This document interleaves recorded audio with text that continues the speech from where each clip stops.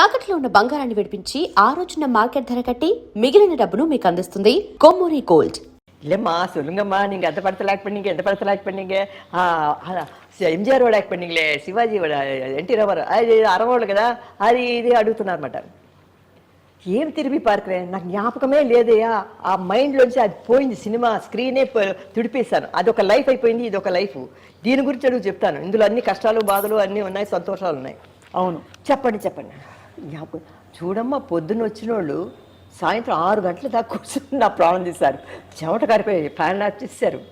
చెప్పండి, అది ఇది బాలచంద్ర గురించి, అది ఇది ఇందుపరం నీలవాణం అది అంటుంటే బుర్ర పిచ్చికిపోయి, బాబు నన్ను వదిలేయండి అని అప్పటి నుంచి, బాబోయ్ నాకు ఇంటర్వ్యూ వద్దండి, నేను ఇవ్వను ఎవరికి అన్నాను. ఆ ఒక ఛానల్ ఇస్తే మళ్ళీ మన క్యాప్టెన్ టీవీ అని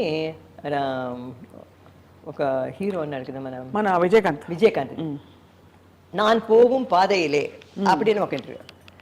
ஏன்னா நான் போகும் பாதை என்ன இருக்கு, முள்ளும் கல்லு தான் இருக்கும், எல்லாம் కష్ట సుఖం ఎல்லாம் ముడిచి పోసి నాకు కుడుక మాట అంటే అమ్మ అమ్మ అనేసరికి నాకు ఒకలాగా అయిపోయింది. ఊరికి బతిమలాడుతున్నాను అంటే వాళ్ళు అన్నారు 10 నిమిషాలు చెప్తే చాలమ్మా. నేనా నువ్వు 10 నిమిషాలు నా వాళ్ళు అలా 10 నిమిషాలు పొద్దున్న సాయంత్రం దాకా చేశారు, 10 నిమిషాలు అంటారు ఏమన్నా. ఇల్లమ్మా ఇది వేరే టైప్ అమ్మా అన్నారు. సరే అని ఒక్కరు అలా ఒకరు వచ్చి అడుగుతుంటే పిచ్చి పడిపోయింది అనమాట. కానీ కంప్లీట్ ఇవాళ మాకు ఇచ్చిన ఇంటర్వ్యూ మాత్రం మాకు అదృష్టం అమ్మా. ఏం మాట్లాడానో మీరు, చాలా గొప్పగా మాట్లాడారు. గొప్ప విషయాలు అన్ని, మంచి కరెక్ట్ విషయాలన్నీ బయటపడ్డాయి. ఏంటో అమ్మా, మీరు ఏం కోరుకుంటారు ఇక లైఫ్లో బిఫోర్ వి వైండ్ అప్? నా లైఫ్ ముగించే లోపల వీలైనంత వరకు పుణ్యం తీసుకొని వెళదాం అనుకుంటున్నాను, పుణ్యం సంపాదించుకొని. ఎందుకంటే అందరూ బాగున్నప్పుడు మనం మన లైఫ్ని సెటిల్ చేసుకొని వెళ్ళిపోవటం శుభ్రం. అంటే చెప్పలేమమ్మా, ఈ కాలంలో ఇంకా కాలు చెయ్యి ఆడకుండా మంచం మీద పడుకోవటం నాకు ఇష్టం లేదు. ఉన్నంత వరకు యాక్టివ్గా ఉండాలి, మనం హాయిగా ఆనందంగా సంతోషంగా ఉండి భగవంతుడు ఎప్పుడు మనం పిలిస్తే అప్పుడు వెళ్ళిపోవటమే మంచి మన ధర్మం. కష్టం అంటారా, కష్టపడకుండా చాలా మంది అంటారు కష్టపడకుండా నిద్రలో చేసిపోయి. నేను అలా కోరుకోను. మనం చేసిన పాపాలు కష్టపడవలసి వస్తే కష్టపడదాం. అవును, మన కష్టం ఏదో మనమే పడదు, మన కష్టం ఇంకోరికి పడకూడదు. అవును, మన కష్టం అంటే మనం బెడ్లో ఉండి ఇంకోరికి కష్టం ఇవ్వకూడదు. నా కష్టం ఎంతైనా సరే నేనే అనుభవించేస్తాను, ఎంత కష్టపడాలన్నా అనుభవించేసి నేను పోతాను, కానీ నా కష్టం ఇంకోరికి ఇవ్వను. నా పద్ధతి అదమ్మా, నా కష్టాన్ని నేనే అనుభవిస్తాను. ఎందుకంటే భగవంతుడు దగ్గర అంతే, ఎవరి కష్టం వాడిది. ఇప్పుడు మన కాలుకి దెబ్బ తగిలితే మనం బాధపడాలి, కానీ మీరు ఎవరో బాధపడరు. మా ఆయన ఎప్పుడైనారు వంగుతుంటే మా అక్కయ్య, అమ్మ వంగక పడ్డా అనుకో, నీ దెబ్బ నీది, నీ బాధ నీది, నీ బాధ ఇంకోరు తీసుకోలేరు అని చెప్పేవారు అనమాట. అదేలాగా మన కష్టం మనది, మన కష్టం మనం పడాలి. పుణ్యం చేసుకుంటే మంచిగా వెళ్ళిపోతాం. లేకపోతే కష్టపడాల్సి వస్తే దానికి కూడా మనం రెడీగా, కానీ ఇంకోరికి ఇవ్వకూడదు మన కష్టాన్ని. మీరు ఎప్పుడు కళకళలాడుతూ పచ్చగా ఇలాగే ఉంటారమ్మా. నాకు ఎప్పుడు నేను అబద్ధాలు చెప్పకూడదండి, నా పద్ధతి అంతే. అబద్ధాలంటే మన ప్రాణం పోయే పరిస్థితి వస్తే మనం చెప్పవలసిన, చిన్న దానికి బాత్రూంలో ఉన్నాను, ఇక్కడ ఉన్నాను ఎందుకు చెప్పాలి? నేను బాత్రూంలో ఉన్నాను, పడుకున్నాను, తర్వాత మాట్లాడు, నేను బిజీగా ఉన్నాను చెప్పొచ్చు కదా. ఫ్రీ అండ్ అబద్ధం చెప్తే నాకు ఇష్టం ఉండదు. ముఖ్య వరకు నేను, మా శ్రీధర్ గారు ఉన్నారు, ఐఓబి బ్యాంక్ మేనేజరు, అతను అక్క నా కడగట్టి ఇరకక్క కొట్టి దగ్గర ఉన్నాక, ఇంట్లో రేడియో కనబడుతుంది, ఇంట్లో ఉన్నాను చెప్పొచ్చు కదా, ఎందుకు అబద్ధం చెప్తావు అని అడిగేదాన్ని. అక్క నా అంగరికే అక్క, అంగెంగే ఇలా సుమ్మారంగా అంటాను నేను. అలా అబద్ధాలు చెప్తే నేను అంటాను, చెప్పు నీకు ప్రాణం పోయే పరిస్థితి నీకు చాలా ఇంపార్టెంట్, అయ్యో చెప్పకూడదు అంటే అప్పుడు నువ్వు అబద్ధం చెప్పు. చిన్నటికి ఎందుకని అబద్ధం చెప్తావు, చెప్పు, నిజం చెప్పు. వీలు పడలేదు, రాలేకపోయాను, అది కొనలేకపోయాను, తేలేకపోయాను, చెప్పు, తప్పు లేదు. ఎందుకు అన్నిటికి నోరు తెస్తే అబద్ధమేనా? నాకు అబద్ధాలు చెప్తే ఇష్టం ఉండదండి. చాలా గొప్పగా ఉందమ్మా మీ జర్నీ. అండ్ ఇవాళ ఐ డ్రీమ్ స్టూడియోస్కి మీరు ఇచ్చిన ఇంటర్వ్యూ 10 కాలాల పాటు రాబోయే తరంలో డిజిటల్ స్పేస్లో అలా ఉండిపోతుంది. రాబోయే తరాల వాళ్ళు, రాబోయే తరాల వాళ్ళందరూ కూడా ఇది గుర్తుపెట్టుకుని చూస్తారు. రాజశ్రీ గారు అనే ఒక గొప్ప నటీమణి ఇలా యాక్ట్ చేశారు, ఇది ఆవిడ జీవితంలోని అనుభవాలు అని చెప్పి. నేను ఈరోజు ఇంటర్వ్యూ చెప్తున్నానంటే ఈ పరిచయం ఇప్పుడుది కాదు, ఒక 20 years బ్యాక్ సంజయ్ అని ఆ అబ్బాయి నాకు మా బాబు ఏజ్, అంటే మా బాబు కంటే కొద్ది పెద్దోడై ఉండొచ్చు, వైజాగ్లో ఆ బాబుతో నాకు పరిచయం అయింది. నా ఫొటోస్ అన్నీ తెచ్చిచ్చాడనమాట. నేను, అంజనీదేవి గారు, షౌకత్ అది చాలా రేర్ ఫోటో. ఆ ఫోటో అందరూ కలిసింది. వాడి 5 లక్షల ఫోటోలు ఉన్నాయి ఆయన దగ్గర. ఆ ఫోటో తెచ్చి ఒకసారి మన ఇంటికి వచ్చి ఇచ్చినప్పుడు చిన్న కుర్రోడు అబ్బాయి ఇచ్చాడనమాట. అది 2-3 సార్లు మన ఇంటికి వచ్చాడు, అయిపోయింది. చాలా గ్యాప్ అయిపోయింది. తర్వాత నాకు ఆ అబ్బాయితో మాటలో పరిచయం లేదు. మొన్న సడన్గా ఫోన్ చేసి, అంటే వాట్సాప్లో అందరూ వచ్చేస్తుంటారు, మన సెల్ ఫోన్ ఇదేంటే ఐఫోన్ కదా, అదేంటో అందరూ వచ్చేస్తుంటే హాయ్ అంటూ అమ్మ నేను సంజయ్, ఎంతోమంది ఉంటారు పేర్లతో అని గమ్మున్నా అనమాట. తర్వాత ఇంకోరి ద్వారా ఫోన్ చేయించారు. తర్వాత వచ్చేసి అమ్మ నేనమ్మా సంజయనమ్మ అని తన ఫోటో పంపించారు. ఎక్కడో చూసినట్టుంది ఈ ఫోటో అనుకున్నా. చాలా కాలం అయిపోయింది నాకు, 20 years. నేను కూడా ఇప్పుడు ముసలోళ్ళు అయిపోయి ఉంటారు అంటే, లేదమ్మా నేను మీ మా బాబే మారిపోయాడు, అప్పటికి ఇప్పుడు 20 years అయితే మారిపోరా, ఎదిగే వయసు కదా. తర్వాత చెప్పి పాపం ఈ ప్రోగ్రామ్కి నేను మీకు ఇంటర్వ్యూ ఇవ్వటానికి కారణం ఆ బాబు అనమాట. జస్ట్ లైక్ మా బాబులాగా కొడుకులాగా నేను ఆ అబ్బాయిని అనుకుంటున్నాను. సంజయ్ నీకు చాలా థ్యాంక్స్ బాబు, నీకు చిన్నోడు కదా, నమస్కారం చెప్పుకోడు. అమ్మా, జయలలిత గారు మీకు కొలీగు, ఫ్రెండ్. ఆ తర్వాత ఆవిడ తమిళనాడు సీఎం అయ్యాక ఎలా ఉండేది మీ అనుబంధం? అందరినీ పిలిచి ఆవిడ భోజనాలు పెట్టడం, ఆర్టిస్టులు అందరినీ ఒక చోటికి తీసుకురావడం చేసేవారని వింటుంటాం. మీ బాబుని కూడా ఎత్తుకున్నారని చెప్పి. అవునమ్మా, అంటే నేను ఆవిడ కలిసి చేసింది తెలుగులో వచ్చి గోపాలుడు భూపాలుడు అనే పిక్చర్లో రామారావు గారు డ్యూయల్ అనమాట. అందులో ఇద్దరం కలిసి యాక్ట్ చేసాం. తర్వాత తమిళ్లో కూడా అడిమే పెండు అనే పిక్చర్లో, కుడిరింత కోయిలు, తర్వాత పట్టికాటు పొన్నయ్య, అలాగే 2-3 పిక్చర్లు యాక్ట్ చేసాము.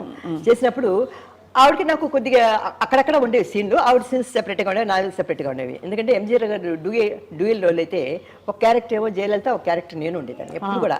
ఆయన ఎంజీఆర్ గారు డ్యూయల్ అయితే జయలలిత ఉందంటే నేను ఉండొస్తుంది అనమాట ఆ పిక్చర్లో. అలా యాక్ట్ చేసేవాడనమాట. తర్వాత ఎప్పుడు అందరు అంటారు ఆవిడకి చాలా ఇదిగా రిజర్వ్ గా, కానీ చాలా చక్కగా మాట్లాడుతుంది. ఎందుకు మొన్న ఇంటికి భోజనానికి పిలిచినప్పుడు కూడా అందరూ అలా కూర్చున్నారు, సరోజీ జీవన్ గారు అందరు కూర్చున్నారు, నేను తన పక్కన కూర్చున్నాను. జోకులు వేస్తుంది అనమాట. అప్పుడు అలాగా ఆంధ్ర క్లబ్లో అది ఇది అని చెప్తూ వాళ్ళందరూ ఏదో కబుర్లు ఆడుతుంటే ఇవి చెప్తూ ఉండేది అనమాట. మేము అలా చాలా చక్కగా మాట్లాడుకుంటాం. పాత కబుర్లు అన్నీ చెప్తుంటారు తను, వాళ్ళిలాగా వీళ్ళలాగా అని అన్నీ చాలా బాగుంటుంది అనమాట. లేకపోతే అడుగుతుంది అక్కయ్య గారు ఎలా ఉన్నారు. మా అక్కయ్య దగ్గర నిలబడి చాలాసేపు మాట్లాడింది పెళ్ళి నిలబడే.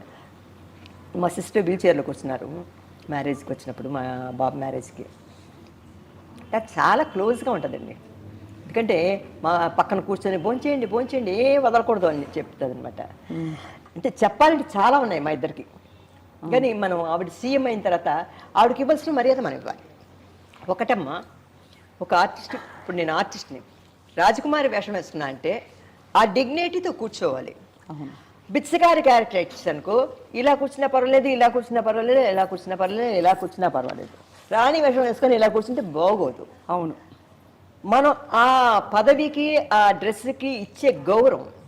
ఇప్పుడు రాజశ్రీ అన్నప్పుడు ఇంట్లో ఒకలా ఉంటాం, సెట్లో ఒకలా ఉంటాం. అవును, అది నార్మల్. ఇప్పుడు పెళ్ళికి వెళ్ళేటప్పుడు ఒక విధంగా డ్రెస్ వేసుకుంటాం, ఇంట్లో ఉన్నప్పుడు నైటీ ఏదో వేసుకుంటాం. అదేలాగా ఆవిడ పర్సనల్గా ఉన్నప్పుడు చాలా క్లోజ్గా అన్నీ నా కొడుకుతో చెప్పింది.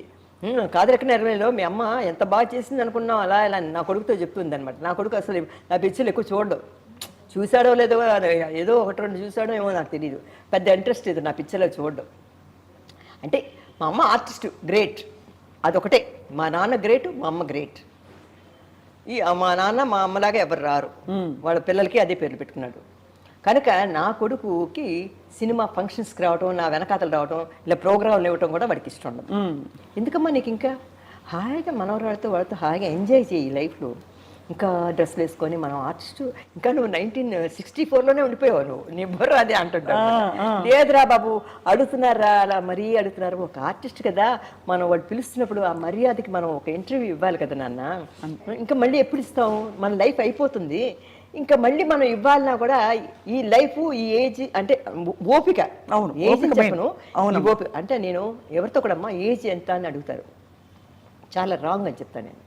వయసుతో పని లేదు నీకు, మనం కాళ్ళు చేయి బాగుందా, మనం యాక్టివ్గా ఉన్నామా, అది ఒకటే అడుగు నువ్వు. అవును, నేను 50 ఏళ్ళకే ఇలాగా అయిపోతే మనం 90 ఏళ్ళలాగా.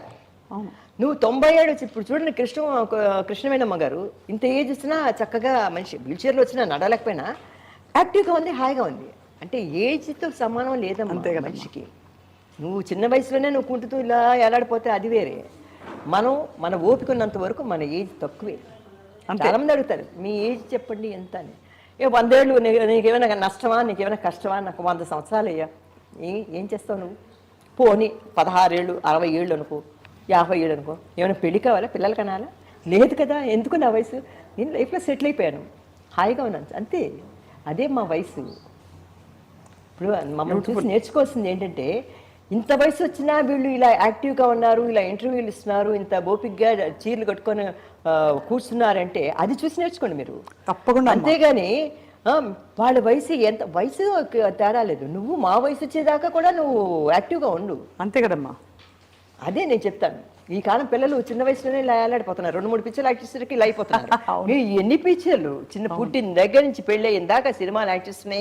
ఈ కాలం తరం హీరోయిన్లు ఎవరమ్మా మీకు పరిచయం, అంటే తెలిసిన వాళ్ళు? అందరమ్మా, అందరు పరిచయం. అందరూ నాకు ఫోన్ 2 రోజులకు ఒకసారి, అంటే చెప్పకూడదు, అంటే నాకు హైదరాబాద్ నుంచి వచ్చి జమున గారు కాంటాక్ట్లో ఉంటారు ఎప్పుడు కూడా. నేను చేయకపోతే ఏ రాజీ ఏం ఫోన్ చేయలేదని అడుగుతాడు ఆవిడ.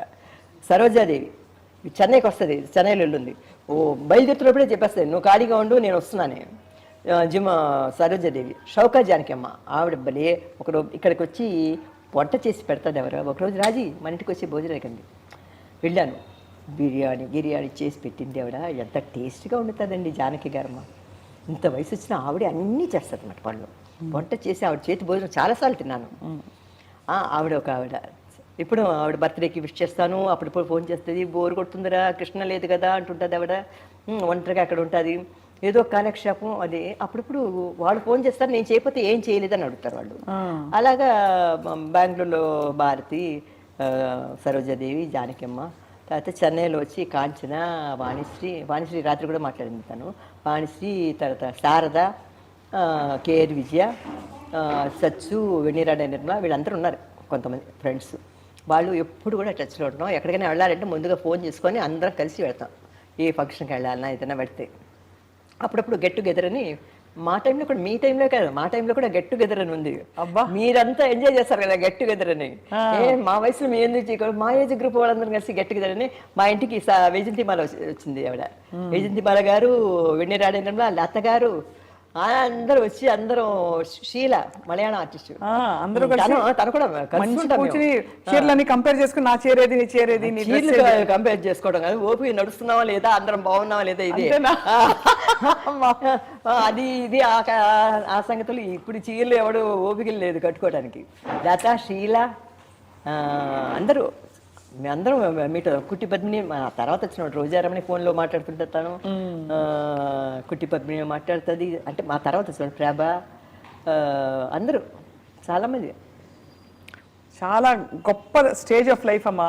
ఒక వెలిగి స్టార్ లాగా ఇప్పుడు చక్కగా ఎంజాయ్ చేస్తూ మీకు కావాల్సినట్టు ప్రయాణిస్తూ మీకు కావాల్సినప్పుడు ఇంటర్వ్యూలు ఇస్తూ. మా అదృష్టం ఏంటంటే మీ జీవితంలోని కొన్ని విషయాలు వాళ్ళు తెలుసుకోగలిగాము. ఇంటర్వ్యూలు ఇచ్చే ఓపిక లేదు, ఇవ్వని అనుకుంటాను. ఎందుకంటే చెప్పింది నేను ఇంకా ఇంటర్వ్యూ మా బాబు కూడా ఇస్తున్నది. ఈ రోడ్లో ఇంతకుముందు చాలా కళకళ ఆడుతుండేది. చిరంజీవి గారు 3వ ఇంట్లో ఉండేవారు, ఆపోజిట్లో వచ్చి విజయనిర్మల గారు, కృష్ణ, నరేష్ ఉండేవాళ్ళు. ఈ పక్కనేమో సుమలత, తను విజయశాంతి ఉండేవారు. ఇప్పుడు వాళ్ళందరూ అమ్మేశారమ్మా? అందరూ అమ్మేసి అందరూ హైదరాబాద్కి అక్కడికి వెళ్ళిపోయారు కదా అందరూ. ఎవరు లేరు కదా ఇక్కడ, ఎవరూ లేరు. మేము ఒక్కరమే పాత ఇల్లు ఇలా పెట్టుకొని ఇక్కడ ఉన్నాము. ఈ ఇంట్లో చేయి పెడితే రీమోడల్ చేస్తే మనం ఉండాలి. 11 బెడ్రూమ్స్ ఉన్నాయమ్మా ఇక్కడ? కాదు, 8 బెడ్రూమ్. 8 బెడ్రూమ్ అంటే కింద మీరు ఎంటర్ చూస్తారా, కింద పెడితే అది ఇంతకుముందు ఒక ఆఫీస్కి, కెనరా బ్యాంక్కి హౌస్ లీజ్కి అక్కడ 2 బెడ్రూమ్స్, ఒక డైనింగ్ హాలు, కిచెను, అన్ని బాత్రూమ్లు అన్నీ ఉన్నాయి కింద. తర్వాత ఇక్కడ వచ్చి అదేమో ఆఫీస్ రూమ్గా ఉండేది నేను వర్క్ చేస్తున్నప్పుడు.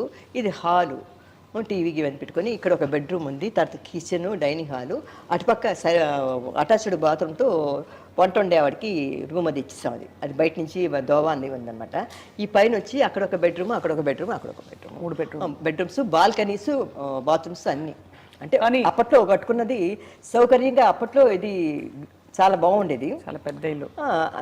ఇప్పుడు చేయి పెట్టి రీమోడల్ చేయిద్దామా ఏం చేద్దాం, అది పిల్లలకి వాళ్ళ ఇష్టం. ఎందుకంటే ఇంకా మనకి వయసు అయిపోయింది, మనం ఏం చేయపెట్టలేము. వాళ్ళు ఎలా చేసుకుంటే వాళ్ళు చేసుకుంటారు. రాజేష్ షాప్స్ కూడా ఉన్నాయి ఇక్కడ పక్కనే. ఇక్కడ దగ్గరనా? తెలీదా? ఇక్కడ గంగా హోటల్ నుంచి పక్కనంతా, తర్వాత వచ్చి అక్కడ కోడంబాకం ఉస్మాన్ రోడ్ కార్నర్స్ అంటే పాడుపడిపోయి ఉంటాయి. డిమాలిష్ కేసు అది విన్ అయ్యాం, అది పడగొట్టేసి కట్టాలన్నమాట. ఇప్పుడు పడగొట్టామంటే ఎవడైనా ఏదైనా వేసేస్తాడని భయపడి అది అలానే ఉంచుతాం, పాడుపడిపోయి ఖాళీగానే ఉన్నాయన్ని. అది కనుక చేయి పెట్టలేదు మేము. నేను చిన్నప్పుడు వచ్చి అంటే టీనేజ్లో కృష్ణ కుచేల పిక్చర్ యాక్ట్ చేసినప్పుడు టైఫాయిడ్ వచ్చింది నాకు. కృష్ణ కుచేల అనే పిక్చర్లో కన్నాంబ గారును, సిఎస్ రాంజనేయులు గారును, పద్మనాభ అన్నారు. అంతమందిలో నేను ఒక కూతుని కన్నాంబ గారికి. ఆ టైంలో నాకు టైఫాయిడ్ వచ్చింది. టైఫాయిడ్ వచ్చి బాగా చలి జ్వరం లాగా వచ్చేసింది అనమాట. నైట్ పిల్లలు అందరం పడుకొని ఉంటాం, పడుకుంటే బాడీ ఎగురుతుందనమాట. కన్నాంబ గారు చేసి ఏంటి, నేనంటే చాలా ఇష్టం కన్నాంబ గారికి, చాలా ప్రేమ అనమాట ఆవిడకి. అంటే డాక్టర్ దగ్గరికి తీసుకోవాలండి, జ్వరం వచ్చినట్లుంది అని పంపించి చేస్తే టైఫాయిడ్ నాకు. ఆ టైంలో నేను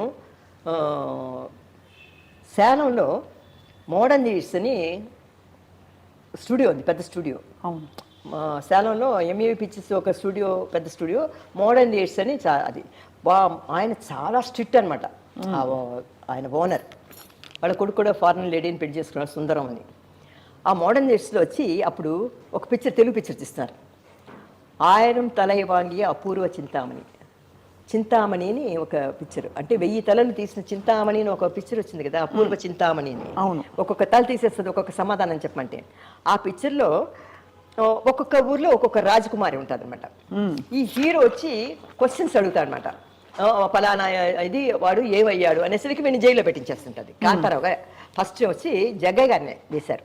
వేసినప్పుడు ముక్కాల వరకు సినిమా అయిపోయింది, చాలా వరకు సినిమా అయిపోయింది. అందులో నాది ఒక సెపరేట్ సాంగు, తర్వాత హీరోతో డైలాగ్స్ ఉన్నాయన్నమాట. ఆ సాంగు అప్పుడే ఫ్రెష్గా ఉన్న, నాకు ఒక 15-16 ఇయర్స్ ఉంటాయి, బొగ్గలు గిగ్గలు అని ఉండేదాన్ని. ఆ సినిమా ప్రివ్యూ చూసి తర్వాత జగ్గయ్య గారిని తీసేసి కాంతారావు గారిని పెట్టారు. అంటే ఏదో వాళ్ళకి ఏదో గొడవలు వచ్చి జగ్గయ్య గారిని తీసి కాంతారావు గారిని షూటింగ్ రీషూట్ చేస్తున్నప్పుడు నేను జగ్గయ్య గారితో మాట్లాడిన డైలాగ్స్ చూసి కాంతారావు గారితో మాట్లాడాలి. వాళ్ళు చాలా స్ట్రిక్ట్ అనమాట. వాళ్ళ స్టూడియోలో ఎలా అంటే సెట్లో ఆయన ఒక్కడికే చైర్ ఉంటుంది, ఆయనే డైరెక్టర్, ప్రొడ్యూసరు, స్టూడియో ఓనరు. మిగతా వాళ్ళందరూ షార్ట్ అయిపోయిన తర్వాత బయటికి వెళ్ళి కూర్చోవాలి, సెట్ బయటికి వెళ్ళి కూర్చోవాలి, వాళ్ళ పద్ధతి అది. నేను సాంగ్ చేశాను, చేసిన తర్వాత రీషూట్ వచ్చింది. ఎందుకంటే జగ్గయ్య గారిని తీసి కాంతారావు గారిని వేశారు కదా, రమ్మని ఫోన్ చేశారు. అప్పుడు నేను మంచి టైఫాయిడ్లో ఉన్నాను అనమాట. టైఫాయిడ్ అప్పుడే తగ్గి ఒక ఇదిలాగా సగంలో ఉన్నాను. వాళ్ళు ఫోన్ చేసి అప్పుడు రావాలి షూటింగ్కి, రీషూట్ అన్నారు. మా అక్క అయింది, మేము రాము. అప్పుడు సేలం ట్రైన్లో వెళ్ళేసి అక్కడికి వెళ్ళి వాళ్ళు ఇచ్చిన రూమ్లోనే ఉండాలి, వాళ్ళు ఇచ్చిన దీంట్లో ఉండాలి. చాలా స్ట్రిక్ట్ అనమాట ఆ స్టూడియోలో. మగవాళ్ళ మేకప్ రూమ్కి ఆడవాళ్ళ వెళ్ళకూడదు, ఆడవాళ్ళ మేకప్ రూమ్కి మగవాళ్ళు రాకూడదు, హీరోస్ కానీ ఎవరు. అలాగే చాలా కట్టుదిట్టాలి ఆ స్టూడియో అంటే చాలా మందికి తెలుసు. ఏమైనా మేకప్ తీసేస్తే ఒక ఆర్టిస్ట్, నేను లేడీ ఆర్టిస్ట్ నేను చెప్పను, నా కాల్ షీట్ అయిపోయిందని చెప్పి 9 o'clock అయిపోయిందని మేకప్ తీసేస్తే షార్ట్ అవ్వలేదు, మేకప్ వేసుకొని ఫుల్గా మళ్ళీ చేసుకొని రా అన్నాడంట. ఈవిడందట నేను రానంటే గేట్లు మూసేయండి, పెద్ద గేట్లని అన్నంట. పెద్ద గేట్లు మూసారు, మోడర్న్ చేసి అనమాట. ఇది మూసేస్తే మేకప్ వేసుకొని ఈ షార్ట్ వర్క్ చేసి వెళ్ళండి అన్నంట. పెద్ద ఆర్టిస్ట్, తెలుగు లేడీ ఆర్టిస్ట్.